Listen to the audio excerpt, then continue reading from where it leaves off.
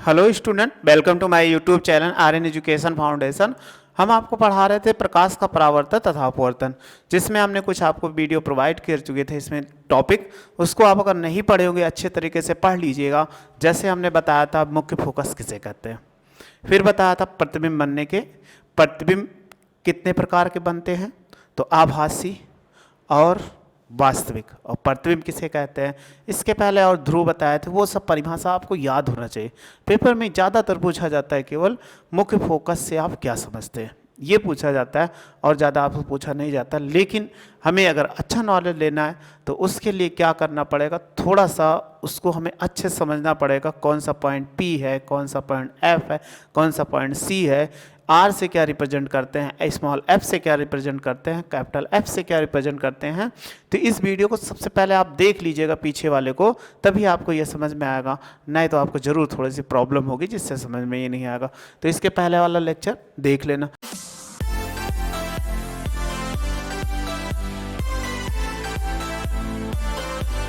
पिछले लेक्चर में हमने पढ़ा था कि प्रतिबिंब किसे कहते हैं और प्रतिबिंब कितने प्रकार के होते हैं।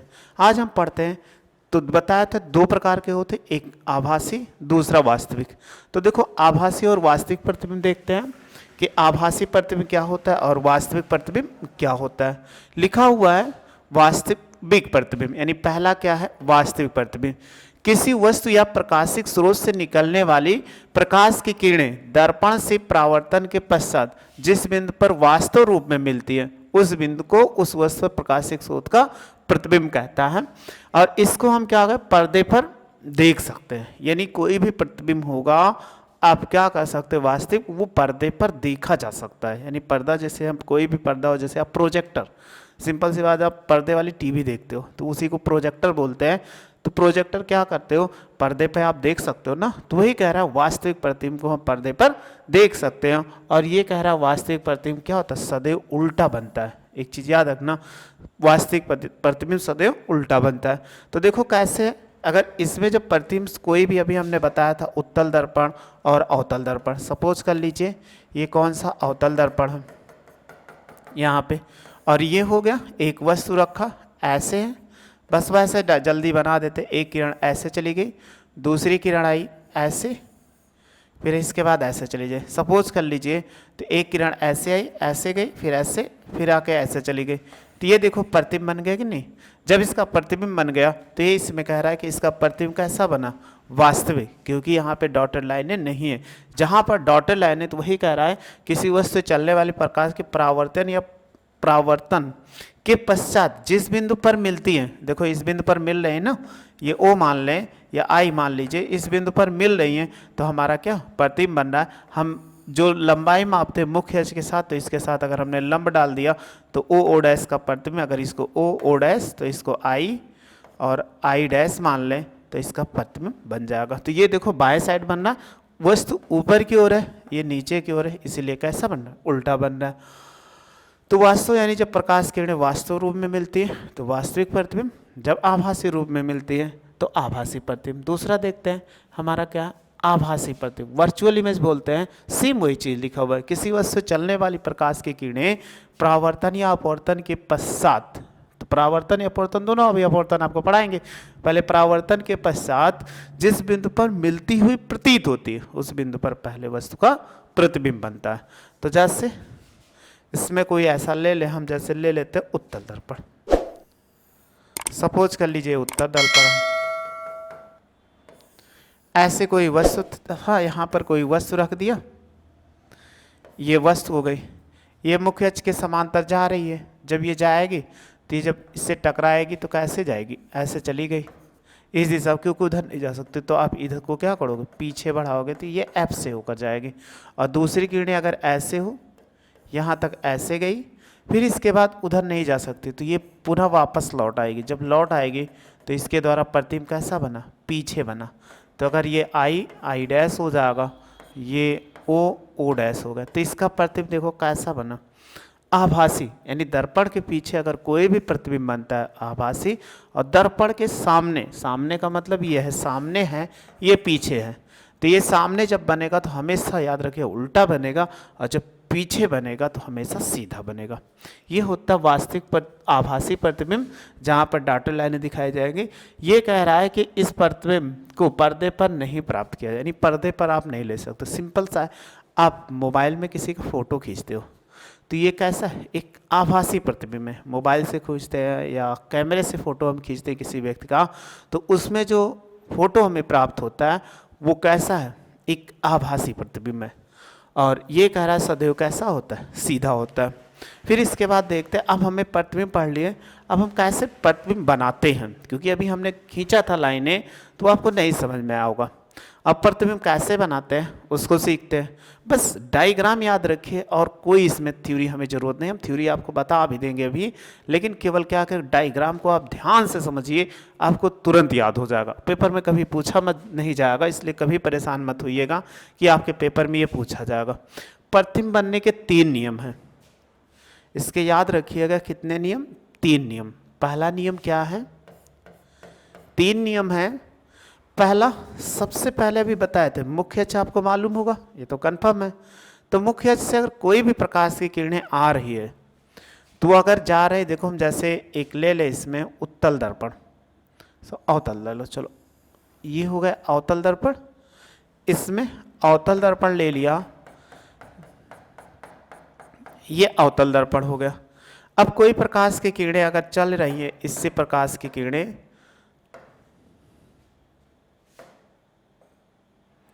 कोई प्रकाश किरणें ऐसे सीधा चली गई, ये प्रकाश की किरणें थी सीधा चली गई, तो ये प्रकाश किरणें यानी मुख्य अक्ष से होकर जा रही थी। दूसरी किरणें हुई, देखो मुख्य अक्ष के समांतर, ये क्या है, मुख्य अक्ष है, तो मुख्य अक्ष के समांतर आ रही है। तो अभी आपको बताए थे इनको हम क्या बोलते हैं, P, यानी दर्पण के मध्यबिंदु को ध्रुव कहते हैं। इसके बाद यहाँ पर C, यानी इसके केंद्र, जो गोले का केंद्र होगा, इसके बाद क्या हो जाए, F हो जाए, इनके बीचों बीच में F होता है। अब दूसरी किरण जो होगी वो कहाँ से जाएगी, पहली किरण तो ऐसे चली गई, अब ये किरण समांतर जा रही, जब इससे परावर्तन होगा तो इसी का नियम कहता है कि परावर्तित किरणें परावर्तन के पश्चात मुख्य फोकस से होकर जाएंगी। यानी जो किरणें होंगी मुख्य अक्ष के समांतर आ रही थी, जब परावर्तित हुई तो किससे गई, F से होकर गई। समझ में? ये नहीं है, देखो समांतर आई, परावर्तित हुई, किससे गई, F से होकर जाती है। बस यही आपको याद रखना है कि कोई प्रकाश किरणें अगर आ रही हैं तो जब आएगी तो उससे परावर्तित होगी तो वो कैसे जाएगी, समांतर हो जाएगी। तो वो समांतर आ रही थी तो F से होकर चली गई, चाहे उत्तल हो चाहे अवतल हो। ये उत्तल था, अवतल दर्पण था। अब इसके के बाद दूसरा अवतल दर्पण इसी में देखते हैं कि अवतल हो गया, उत्तल देखते हैं। सपोज कर लीजिए ऐसे कोई था, यहाँ पर ये हो गया कौन सा दर्पण, उत्तल दर्पण। अब उत्तल दर्पण आपको मालूम ही है तो बार बार कोई बताने की ज़रूरत नहीं है कि बार बार। ये हो गया, यहाँ से सबसे पहले ये क्या होगा, आप बोलोगे P होगा, और इसी के तरफ क्या होगा, ये C होगा, ये F हो जाए। तो कोई प्रकाश की किरणें आएंगी सीधा कैसे, ऐसे समांतर आई। अब समांतर आने के बाद दर्पण के पीछे हमने बताया था अपारदर्शी वस्तु प्रकाश की किरणें पीछे नहीं जा सकती हैं। जब ये परावर्तित होंगी तो कैसे चली जाएंगी, ऐसे चली गई। लेकिन जब आप इनको ऐसे बढ़ाओगे कि पीछे की तरफ, तो इनको ये कैसे जाएंगी,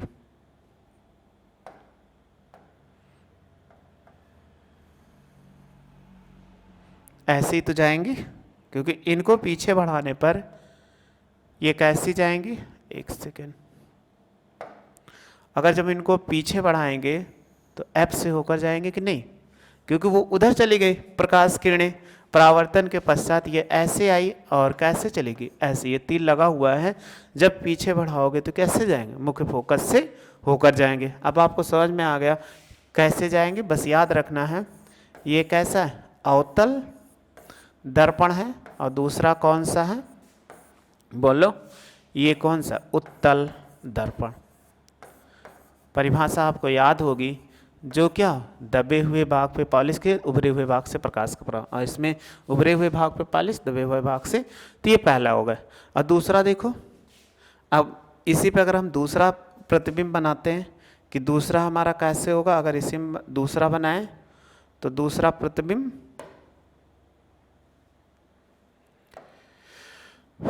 अब एक फिर अवतल ले लेते हैं, यानी दूसरा नियम हो जाएगा। तो दूसरा पहला तो हो गया, तो दूसरा नियम देखो क्या कहता है। दूसरा नियम पहले ये हमारा कौन सा दर्पण, अवतल दर्पण, यानी लेफ्ट साइड में हम क्या बना रहे हैं, अवतल दर्पण। तो इनका अगर मुख्य अक्ष आप खींचोगे तो मुख्य अक्ष कैसा होगा, अगर इसमें मुख्य अक्ष खींचा जाए तो ऐसे तो जाएगा सीधा यहाँ पर। अब ये मुख्य अक्ष हो गया। फिर दूसरा इसी का उल्टा, जैसे यहाँ पर कह रहा था ये समांतर आ रहा था, तो समांतर जब होगा तो फोकस से चला गया। और अब की कह रहा है कि यही चीज़ जो आएगा वो फोकस, यानी ये क्या हो जाए, सी हो जाए, ये एफ हो और ये क्या हो, पी हो। तो इन्होंने कहा कि अगर फोकस से, जैसे ये देखो फोकस से गया, यहाँ पर फोकस से गया, सही है, करेक्ट, कोई प्रॉब्लम नहीं। लेकिन जब ये परावर्तित होगी तो ये कैसे चली जाएगी, मुख्य अक्ष के समांतर हो जाएगी। यानी ये किरणें कैसी है, ऐसे आई, अपरावर्तन के पश्चात कैसी, समांतर हो गई। इसमें देखो क्या था, समांतर आई, इसके बाद फोकस से चले गए। इसी को देखो, जब फोकस आई समांतर, कोई प्रॉब्लम नहीं आपको, क्योंकि एक याद रखो, अगर समांतर आएगी तो परावर्तन फोकस से जाएगी, और फोकस से आ रही है तो परावर्तित के पश्चात समांतर हो जाएगी। सेम ये फिगर इसमें हम ड्रॉ कर देते हैं। इसमें अंदर वाले भाग पे क्या करते हैं, पॉलिश करते हैं। जब अंदर वाले भाग पे पॉलिश कर देंगे तो इसको जब खींचेंगे तो ये हमारा क्या, मुख्य अक्ष हो गया। इसको आप कहोगे ये P होगा, इस पे C होगा। अब यही कहा गया कि मुख्य फोकस से आकर आने वाली प्रकाश किरणें, तो मुख्य फोकस से अगर आएगी तो प्रकाश किरणें सपोज कर लीजिए ऐसे आई यहाँ तक। अब इसके बाद जब आएगी तो इनके पीछे तो जा नहीं सकती, तो हम इनको ऐसे बढ़ाएं। अगर इन किरणों को ऐसे पीछे की ओर बढ़ाएंगे तो ऐसे सीधे जाएंगी, क्योंकि उस तरफ जा नहीं सकती। तो ये कैसी किरणें आ रही, हमारी जो किरणें हैं वो परावर्तन के अभी हुआ, अब पीछे तो जा नहीं सकती, तो उसको डॉटेड बढ़ाते हैं। इसके बाद ये किरणें कैसे चली जाएंगी, समांतर हो जाएंगे, यानी मुख्य अक्ष के समांतर। यानी ये ऐसे आई परावर्तित होकर ऐसे, तो ये क्या था, F था, यानी F से सीधा नहीं जा सकती, क्योंकि दर्पण के पीछे पर कोई भी अपारदर्शी प्रकाश नहीं है। तो ये परावर्तित होकर कैसे चली आई, इस दिशा में वापस चलिए। यही इसमें कह रहा था कि प्रकाश की किरणें जब मुख्य फोकस से होकर जाएंगे तो परावर्तन के पश्चात मुख्य अक्ष के समांतर हो जाएंगे। तीसरा नियम है, बहुत ही आसान है। देखो तीसरा नियम क्या है, नियम थर्ड। अवतल दर्पण ले लें, ये अवतल दर्पण हो गया,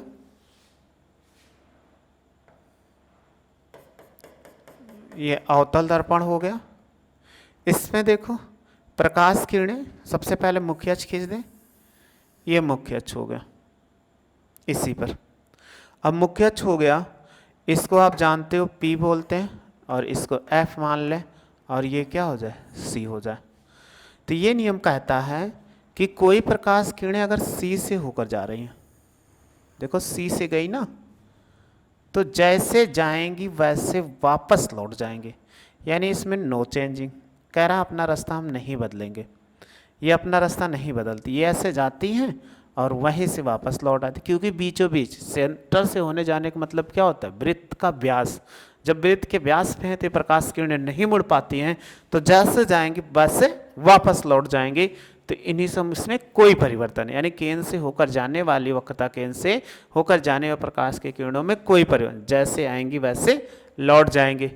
फिर इसी में देखो इसका दूसरा फिगर,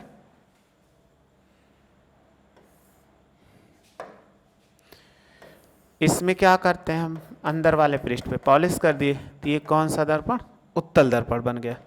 सबसे पहले इसका मुख्य अक्ष खींचो, ये मुख्य अक्ष हो गया। दूसरी किरणें जो होंगी वो कैसे होंगे, वक्रता केंद्र से। अब वक्रता केंद्र से तो ऐसे गई, लेकिन आपको बताया था पीछे तो नहीं जा सकती हैं। जब पीछे नहीं जा सकती हैं तो उनको आपको कैसे खींचना पड़ेगा, डॉटेड खींचना पड़ेगा। ये डॉटेड खींच दिया तो ये सीधे निकल गई, जहाँ पर मिल रही वो क्या हो गई, C हो गई। तो अभी बताए जो C से होकर जाएगी वो जैसे जाएगी वैसे वापस लौट आएगी। ठीक, ये हमारा इसमें क्या है, नियम है कि अगर ये P हो जाए ये F हो जाएगा। तो ये 3 नियम है। अब इसी को हम क्या करते हैं, थोड़ा शॉर्ट में लिख लेते हैं तो आपको और समझ में आ जाएगा। देखो ये कैसे आएंगे, अगर कोई प्रकाश से किरणें, सबसे पहला इसी में ये प्रकाश किरणें थी, वो कैसे जा रही थी, समांतर। अगर इसी में देखें कैसे चल रहे थे, मुख्य अक्ष के समांतर चल रही थी। लेकिन जब परावर्तित हुई तो आपने पढ़ा था केमिस्ट्री में, तो परावर्तित के पश्चात किससे चली गई, फोकस से। आया समझ में। अगर दूसरा देखो, वो वाला सेम वही था, और इसमें क्या था, ये फोकस से जा रही थी। अगर ये फोकस से जा रही थी, परावर्तित हुई तो कैसे हो गई, समांतर हो गई। यही तो हो गया। अगर आप केमिस्ट्री में सिंबल पढ़े होंगे, इन दोनों को मिला दो। अगर इन दोनों को मिला दें तो आप जानते हैं केमिस्ट्री का एक उत्क्रमणीय का निशान होता है। अगर कोई किरणें क्या है, समांतर हैं, अगर ये समांतर हैं इस पे, और ये क्या हो जाए, फोकस। देखो जब आप लेफ्ट से चलते हो तो राइट पहुंच जाओ, यानी इस मुख्य अक्ष के समांतर आने वाले प्रकाश के परावर्तन के पश्चात किससे जाए, मुख्य फोकस से। फिर ये कह रहा है इससे आओ, मुख्य फोकस से जब आओगे तो ये क्या हो, समांतर हो जाएंगे। जब समांतर जाओगे तो क्या होंगे, मुख्य फोकस से हो जाएंगे। ये आपको याद रखना है, बहुत ज़्यादा इसमें नहीं कोई प्रॉब्लम होगी आपको याद रखने में। सेम ही चीज़ लिखा गया, फोकस से आएंगे समांतर हो जाएंगे। और तीसरा है नो चेंजिंग। इसमें क्या है, नो चेंजिंग। नो चेंजिंग का मतलब अगर ये वक्रता केंद्र से आ रही हैं, वक्रता केंद्र से गई तो ये वक्रता केंद्र से फिर वापस आ जाएंगे, वक्रता केंद्र से क्या होंगे, वापस आ जाएंगे, यानी कोई विचलित नहीं होगी। इसे में लिख लो नो चेंजिंग। मतलब इसमें क्या होगा कि जैसे प्रकाश आएगा वैसे वापस लौट जाएगा, कोई उस मुड़ेगा नहीं होता है। अब आप इसका स्क्रीनशॉट लेना चाहो तो आप ले लो, थोड़ा सा अच्छा है।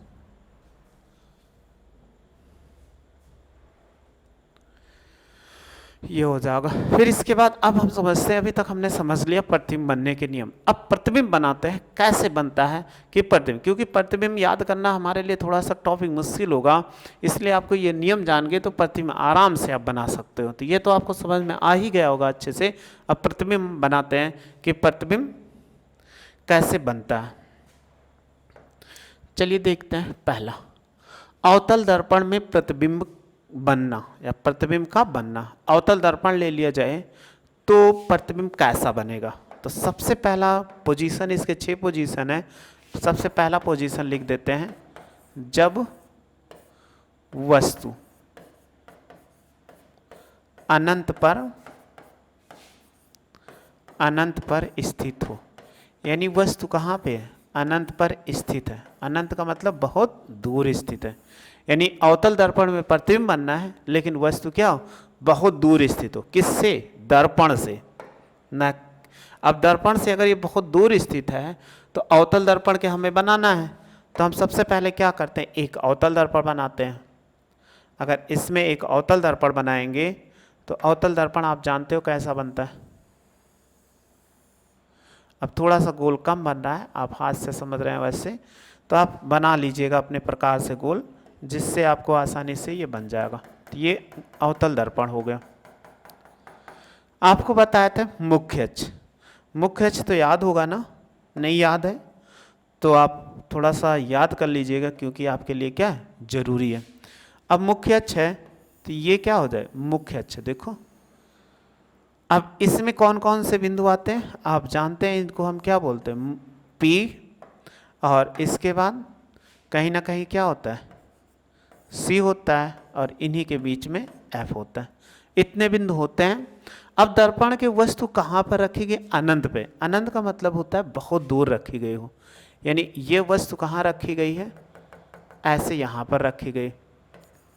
इस वस्तु को ऐसे रखा गया मुख्य अक्ष पे, तो मुख्य अक्ष से दूर बना रहा है, ये वस्तु रखी गई। अब वस्तु सबसे पहले कैसे आएगी, प्रकाश की किरणें आएंगी।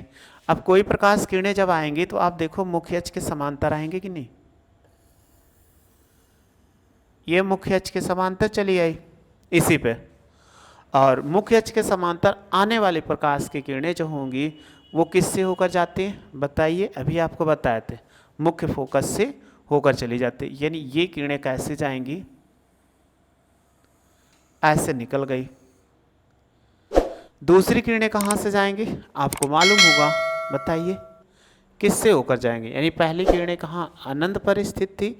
जब अनंत पर स्थित थी तो ये प्रकाश की किरणें परावर्तन के पश्चात कैसे गई, तो ये इसका होगा। अगर ऐसे हम नीचे से एक किरणें फिर से भेज दें, सपोज कर लीजिए ऐसे ये चली जाए, इसी वस्तु को हम ऐसे दिखा दें नीचे से, अगर ये किरणें समांतर गई यहाँ से यहाँ तक, तो ये भी देखो मुख्य अक्ष के समांतर है। जब मुख्य अक्ष के समांतर तो परावर्तित होगी कैसे चली जाएगी, ऐसे चली जाएगी कि नहीं। आप जरूर कहोगे कि कोई प्रकाश किरणें आ रही हैं ऐसे, तो परावर्तन हुआ मुख्य फोकस, क्योंकि समांतर। फिर ऐसे जा रही थी तो ये कैसे चलेगी, ऐसे। इस स्थान पे यानी इसका प्रतिबिंब कैसा बना, मुख्य फोकस पर। इसका देखो प्रतिबिंब कैसा बनना है, यानी कोई वस्तु यहाँ पर स्थित है, दूर स्थित है, तो इसका प्रतिबिंब किस पर बना, यहाँ पर बना। दो वस्तु चलने वाली प्रकाश किरण यही तो काट रही है दोनों, तो दोनों किरणें यहाँ पर काट रहे हैं, इसलिए इसका प्रतिबिंब कैसा बना, फोकस पर। अब एक फिगर ऐसे बनाते हैं, दूसरा एक और देख लो।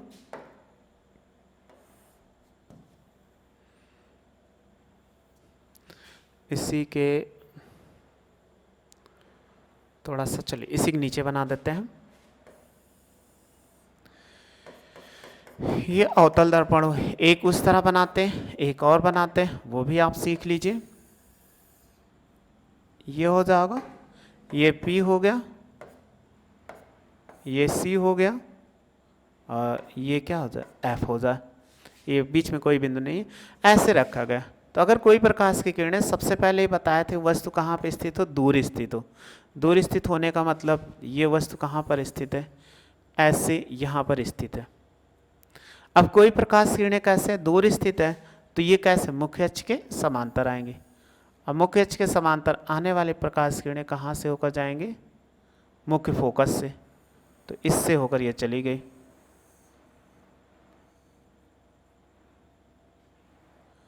और दूसरा देखो, इसी से अगर कोई प्रकाश किरणें ऐसे आ रही हैं तो इनसे होकर जाएंगी, लेकिन इसको इस तरह ना बना के हम ऐसे बना देते हैं, मुख्य फोकस से होकर जाएंगे, नहीं ये ऐसे नहीं, एक ऐसे खींच दे, मुख्य फोकस से होकर चली गई।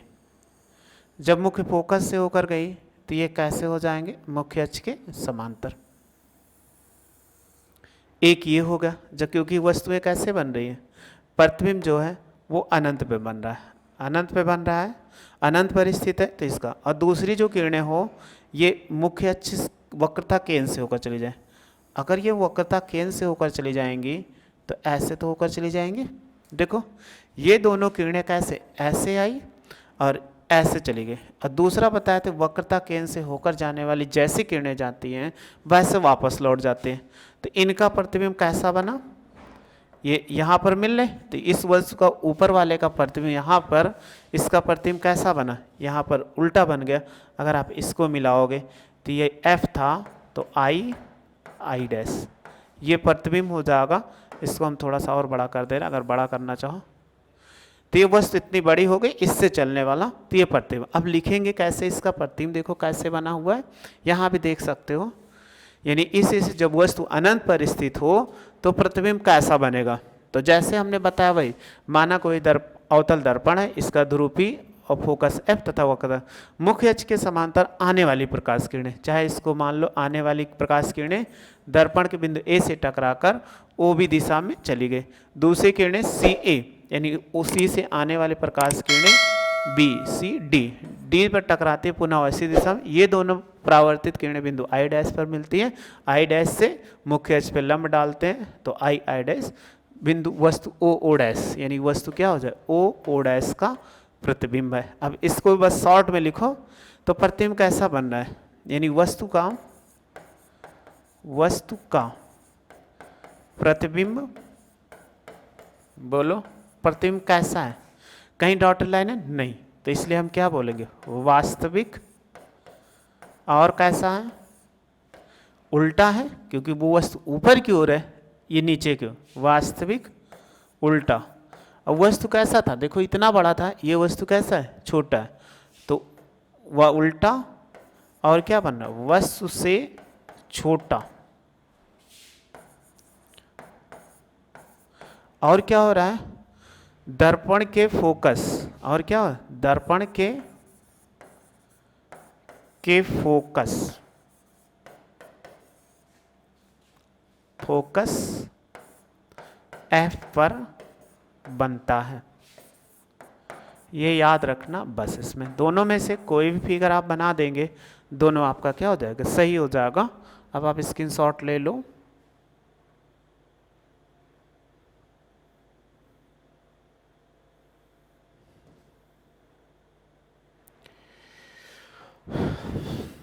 स्क्रीनशॉट आप ले लिए होंगे। अब आपको समझते हैं कि समझ में आ गया प्रतिबिंब। ऐसे आपके बहुत सारे हैं प्रतिबिंब, आपके बुक में होंगे। एक बार बनाने की कोशिश करिएगा, बनेगा तो ठीक है, नहीं समझ में आएगा तो आपको नेक्स्ट वीडियो में हम लेकर आएंगे इसका और प्रतिबिंब कैसे। भी 5 स्थितियां हैं, थोड़ा सा ज़्यादा है, तो नेक्स्ट वीडियो में आपको लाएंगे उसको बनाने के लिए कैसे बनाया जाता है। एक बार आप ट्राई ज़रूर करिएगा। अगर आपको वीडियो अच्छी लगी होगी तो लाइक करिए, शेयर करिए और सब्सक्राइब करिए। वीडियो देखने के लिए थैंक यू सो मच।